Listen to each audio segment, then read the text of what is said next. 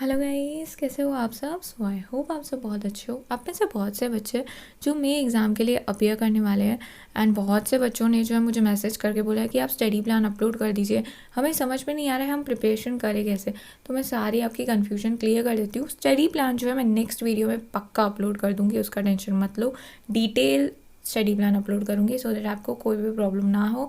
And अगर आप वो स्टडी प्लान फॉलो नहीं कर पा रहे हो तो टाइम टू टाइम भी स्टडी प्लान अपडेट होता रहेगा, आपको उसकी टेंशन लेने की ज़रूरत नहीं है। अब बात आती है प्रिपरेशन पे। सबसे पहले तो गाइज देखो, मैं कहूँगी CA CET का प्रिपरेशन जितना जल्दी हो सके स्टार्ट कर लो, क्योंकि अभी जो है कॉलेज स्टार्ट नहीं हुए हैं, राइट।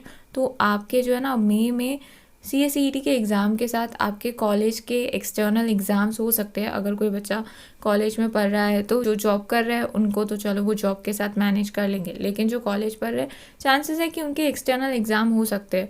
तो उस टाइम पे आपको दोनों को मैनेज करना हो, तो इससे बेहतर है आप पहले से ही जो है CA CET के लिए अभी से पढ़ना स्टार्ट करो। अभी 10-20 दिन आराम करो, उसके बाद स्टार्ट कर लेना। अब एक बात ध्यान रखो कि CA CET क्लियर करना बहुत आसान है।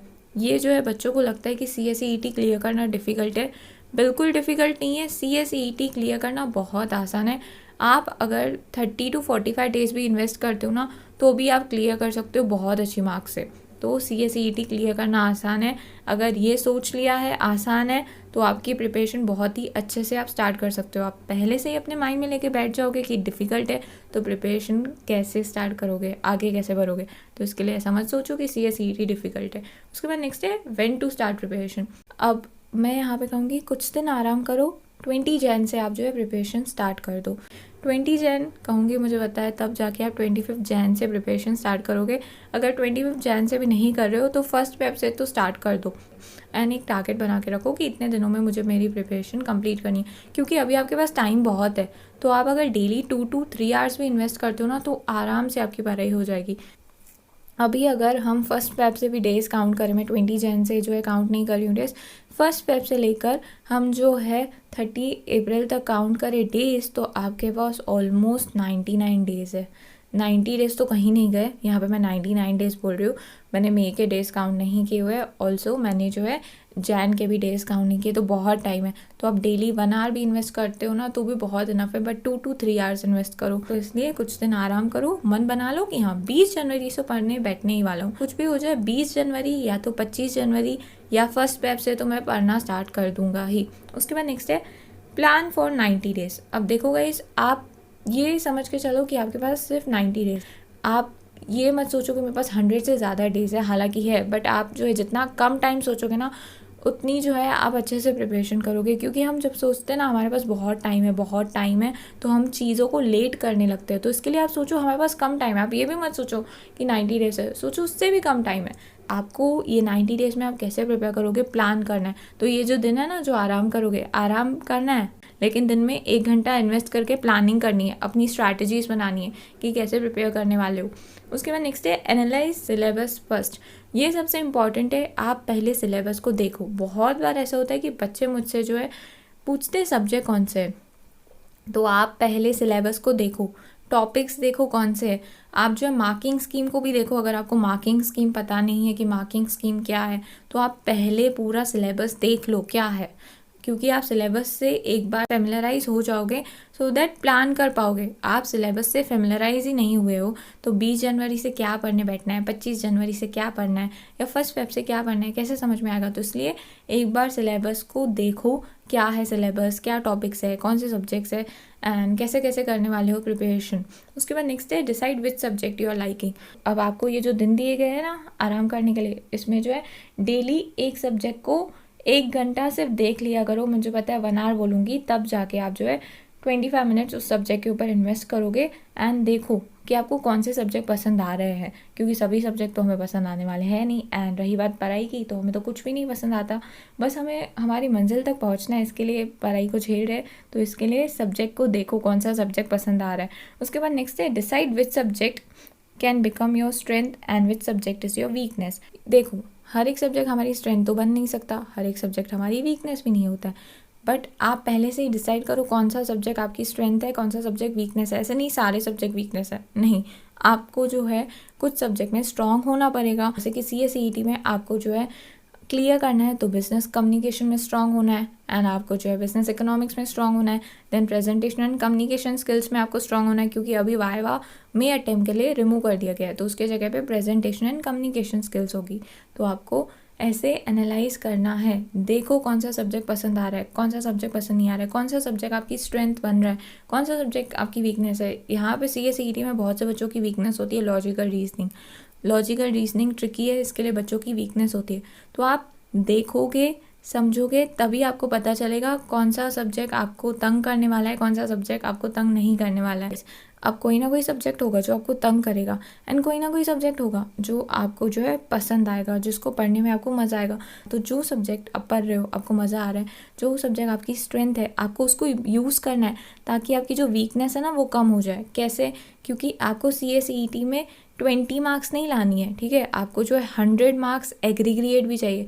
हर एक सब्जेक्ट में क्लियर ही नहीं होना है, आपको 50% भी चाहिए, राइट। तो देखो, आपकी अगर कोई सब्जेक्ट वीकनेस है तो आप क्या करोगे, उस सब्जेक्ट के ऊपर काम करोगे। बट बहुत बार ऐसे भी होता है कि हम उस सब्जेक्ट के ऊपर काम तो करते हैं, बट हमारे मन में हमेशा डर रहता है कि अरे कहीं इसमें लुढ़क ना जाऊँ, कहीं इसमें फेल ना हो जाऊँ, कहीं इसमें मेरी मार्क्स कम ना हो जाए। तो इसीलिए ऐसा जब टाइम आए ना, तो उस टाइम पे आपकी जो सब्जेक्ट जिसमें आप स्ट्रांग हो ना, वो आपको हेल्प करते हैं। इसीलिए डिसाइड करो कौन सा सब्जेक्ट आपकी स्ट्रेंथ है एंड कौन सा सब्जेक्ट आपकी वीकनेस है। उसके बाद नेक्स्ट है मेक माइक्रो प्लान। अब इसका मतलब ये है गाइस कि जो प्लान शॉर्ट टर्म ड्यूरेशन के हो एंड स्मॉल हो, जिसको आप कंप्लीट कर पाओ, वैसे प्लान बनाओ। ऐसे प्लान्स मत बनाओ कि 60 डेज में जो है मेरा पोर्शन हो जाएगा। आप पढ़ ही नहीं रहे हो एंड 60 डेज में आपका पोर्शन कैसे होगा, तो ऐसे प्लान्स बनाओ ही मत। क्योंकि आप वो फिर सोच के चलोगे ना, मेरे पास 60 डेज है, फिर प्रिपरेशन में भी और देरी करोगे। आप ऐसा सोच के चलो मेरे पास टाइम कम है, तो उस हिसाब से आपको प्रिपरेशन करनी है, एंड आपको जो है डेली प्लानिंग करनी है, ठीक है। क्योंकि क्या है ना, मंथली प्लान्स बना तो देते हैं बट फॉलो नहीं करते, तो बेहतर है आप डेली प्लान्स बनाओ या वीकली प्लान्स बनाओ। तो इसीलिए make micro plan, small plans बनाओ जो आप फॉलो कर पाओ। ऐसे कोई प्लान मत बनाओ जो आप फॉलो ही नहीं कर पा रहे हो। उसके बाद नेक्स्ट है keep in mind to complete syllabus in 45 days. आपके पास टाइम बहुत है, आपको ये नहीं सोच के चलना है कि अरे 90 डेज तो है ना, उससे भी ज़्यादा है तो आराम से पढ़ूंगा। नहीं, अभी आपके पास टाइम है, स्टार्ट करो प्रिपरेशन बहुत ही अच्छे से। स्टार्टिंग से प्रिपरेशन करोगे ना तो एंड में आपको प्रॉब्लम नहीं आएगी, क्योंकि टाइम का भरोसा नहीं होता है, कभी क्या हो जाए हमें पता नहीं है। किसी ने सोचा नहीं था ना कोविड-19 जैसा इतना बड़ा प्रॉब्लम आ जाएगा, तो इसीलिए टाइम का कुछ भी भरोसा नहीं होता है। एंड ऑलरेडी कोविड-19 की वजह से बहुत ही एग्ज़ाम्स जो है बच्चों के डिले हो गए हैं। टाइम कभी भी हमसे पूछ के नहीं आता है, तो इसीलिए पहले से ही प्रिपरेशन करके रखो। आपके जो है मई में क्या पता एग्ज़ाम्स हो जाए कॉलेज के, या अप्रैल में एग्ज़ाम्स हो जाए, तो तब वहाँ पे ध्यान दोगे कि CA-CET पे ध्यान दोगे। तब आपका अगर प्रिपरेशन CA-CET का नहीं हुआ होगा ना, एंड कॉलेज का भी नहीं हुआ होगा, तो दोनों तरफ आपको ध्यान देना होगा। अभी बेहतर है किसी एक को तो कंप्लीट करके रखो, तो बेटर है आप जो है CA-CET को कंप्लीट कर लो, एंड आपकी जो कॉलेज की स्टडीज़ है उसको भी जो है डेली आप करते रहो, सो दैट एंड में प्रॉब्लम ना हो। क्योंकि अभी भी जो है ना, जैन में जो है बच्चों के कॉलेज के इंटरनल एग्ज़ाम्स चल रहे हैं, किसी की सेल्फ इवैल्यूएशन चल रही है, किसी के असेसमेंट चल रहे हैं, तो बच्चों ने ऑनलाइन एग्ज़ाम्स के साथ कॉलेज के CA-CET का भी एग्ज़ाम दिया। तो जिन बच्चों ने एंड में प्रिपरेशन की उनको बहुत प्रॉब्लम आई, तो इसीलिए आपके साथ ऐसा ना हो। आप जो है पहले से ही प्रिपरेशन करना स्टार्ट कर दो, एंड टारगेट बना के रखो कि 45 डेज़ में मुझे जो है कैसे भी करके सिलेबस कंप्लीट करना है। आपकी मर्ज़ी, आप डेली सारे सब्जेक्ट करो, या एक एक सब्जेक्ट को आप 10 दिन में कंप्लीट करो, या 12 डेज़ में कंप्लीट करो, 45 डेज़ में कंप्लीट हो जाएगा।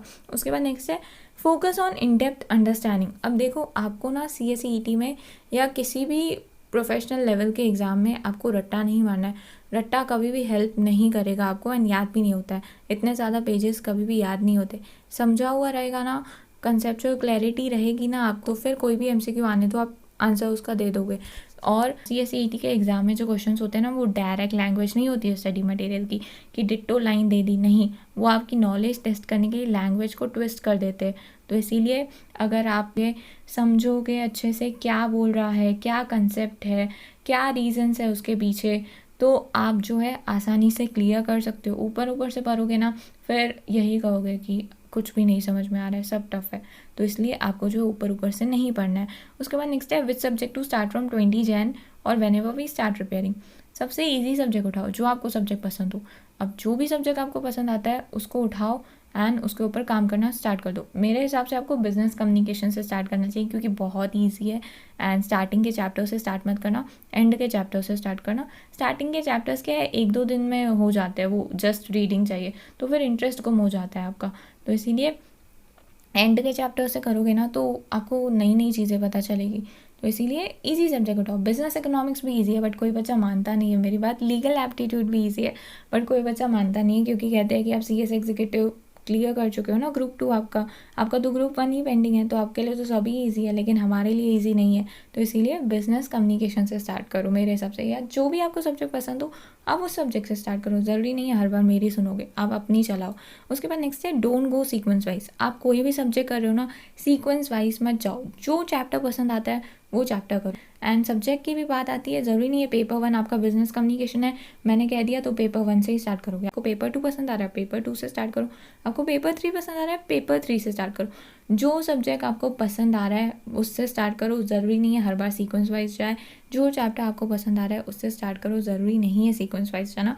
उसके बाद नेक्स्ट है टारगेट एनी 2 सब्जेक्ट। देखो CSET की पासिंग मार्क्स कितनी है, एक तो आपको हर एक सब्जेक्ट में 20 लानी है, ठीक है, दैट इज़ 40%। 50 में से 40% निकालो, कितना होता है 20 मार्क्स। एंड उसके बाद जो है आपको CSET क्लियर करना है, तो उसके लिए आपको कितनी मार्क्स होनी चाहिए, एग्रीगेट 50%, यानी कि हर एक सब्जेक्ट में आपको पास तो होना है, प्लस आपको 50% यानी 100 मार्क्स होनी चाहिए 200 में से। तो किसी ना किसी सब्जेक्ट में 20 में से ज़्यादा लानी है। तो इसीलिए किसी 2 सब्जेक्ट को टारगेट करो जो भी आपको पसंद हो, सो दैट आपकी उन 2 सब्जेक्ट में 30+ या 40+ जा रहे हो, एंड किसी 2 सब्जेक्ट में जो आपकी वीकनेस है उसमें 20-20 भी आती है, तो आप 100+ तो जाओगे ही ना, तो CSET क्लियर हो गया। तो इसीलिए कोई भी 2 सब्जेक्ट टारगेट करना बहुत ज़्यादा ज़रूरी है, एंड आपको करनी भी चाहिए, एंड बच्चे करते भी है, मुझे पता है आप भी करोगे।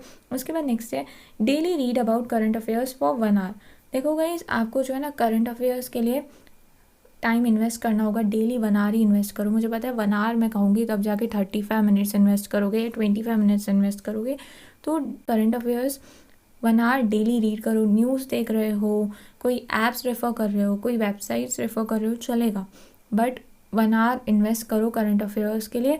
एंड स्टडी मटेरियल से करंट अफेयर्स में से इतने क्वेश्चंस नहीं आते हैं, तो आपको न्यूज़ क्या चल रहा है, क्या हाइलाइट्स है, क्या चेंजेस आई है, क्या डेवलपमेंट्स है, इसके लिए आपको नॉलेज होना बहुत ज़्यादा ज़रूरी है। तो इसलिए अपने आप को अवेयर करो। तो न्यूज़ देखो, न्यूज़पेपर रीड करो, या आप कोई ऐप रेफ़र कर रहे हो या वेबसाइट रेफ़र कर रहे हो कॉम्पिटिटिव एग्ज़ाम्स की, जहाँ पे करंट अफेयर्स डेली अपडेट होते हैं, तो वो टाइम आपको इन्वेस्ट करना होगा। 1 आवर से ज़्यादा भी कर सकते हो, हालांकि कोई करता नहीं क्योंकि करंट अफेयर्स हेक्टिक होता है याद करने के लिए। तो इसलिए 1 आवर इन्वेस्ट करो। मुझे पता है 1 आवर कहूँगी तब जाके 35 मिनट्स या 25 मिनट्स करोगे, वो भी इनफ है। हेलो गाइस, कैसे हो आप सब? सो आई होप आप सब बहुत अच्छे हो। आपको 1 नवंबर से लेकर 8 अप्रैल तक 6 मंथ्स के करंट अफेयर्स कवर करने हैं। अब 6 मंथ्स के करंट अफेयर्स क्यों? क्योंकि एग्ज़ाम में जो है ना लास्ट 6 मंथ्स में जो भी चेंजेस हुई है उसके ऊपर भी सवाल पूछते हैं। एक्सेप्शनल सवाल तो ऐसे भी है, पिछले साल के भी 2-3 सवाल एग्ज़ाम में पूछ दिए गए हैं बच्चों से, 2019 के पूछ लिए, तो ऐसा होता है। तो आपको 1 नवंबर से लेकर 8 अप्रैल तक करंट अफेयर्स आपको कवर करने हैं। अब आप कहोगे 8 अप्रैल के बाद नहीं करंट अफेयर्स कवर करें, नहीं, 8 अप्रैल के बाद करंट अफेयर्स नहीं कवर करना, क्योंकि आपका 8 मई को एग्ज़ाम है, I think so. And institute की तरफ से ये कहा गया है उनके प्रोस्पेक्टस में कि एग्ज़ाम के 1 मंथ पहले जो भी डेवलपमेंट्स एंड चेंजेस आती है उसके ऊपर हम सवाल नहीं पूछते। तो इसीलिए 1 नवंबर से लेकर 8 अप्रैल तक आपको जो है करंट अफेयर्स कवर करने हैं। उसके बाद नेक्स्ट है daily do LR for 1 hour. LR means logical reasoning. तो आपको डेली लॉजिकल रीजनिंग की प्रैक्टिस करनी है। अभी मैं ये नहीं कहूँगी लॉजिकल रीजनिंग ट्रिकी है तो आप स्किप कर दो, नहीं, अभी से ही प्रैक्टिस करो, क्योंकि मई में आपका जो एग्ज़ाम होने वाला है वो भी ऑनलाइन ही होने वाला है मोस्टली। तो आपको जो है ना उसके लिए कैलकुलेटर यूज़ करना अलाउड नहीं है, तो आपको उसके लिए कैलकुलेटर यूज़ करने नहीं देने वाले हैं। तो बेहतर है पहले से ही आप जो है LR प्रैक्टिस करो। अभी तो आप कैसे प्रैक्टिस करोगे, कैलकुलेटर के साथ, लेकिन जैसे जैसे आप स्ट्रांग होते जाओगे लॉजिकल रीजनिंग में तो विदाउट कैलकुलेटर प्रैक्टिस करना। तो अभी आपके पास टाइम है 90 डेज है ना, तो आपको बहुत ही अच्छी हैबिट लग जाएगी विदाउट कैलकुलेटर सॉल्व करने में। तो स्टार्टिंग में कैलसी के साथ करो, बाद में जब स्ट्रांग हो जाओ विदाउट कैलसी आप सॉल्व करना। तो लॉजिकल रीजनिंग के लिए मैं कहूँगी डेली 1 आवर आप इन्वेस्ट करो। ऐसा नहीं है कि लॉजिकल रीजनिंग ट्रिकी है तो स्किप कर दो, नहीं है, आपके पास टाइम है ना तो आप उसके ऊपर काम करो। उसके बाद नेक्स्ट है daily refer any app for grammar practice. अब देखो आपको जो है ना ग्रामर प्रैक्टिस के लिए कोई भी ऐप रेफर करना चाहिए। क्यों?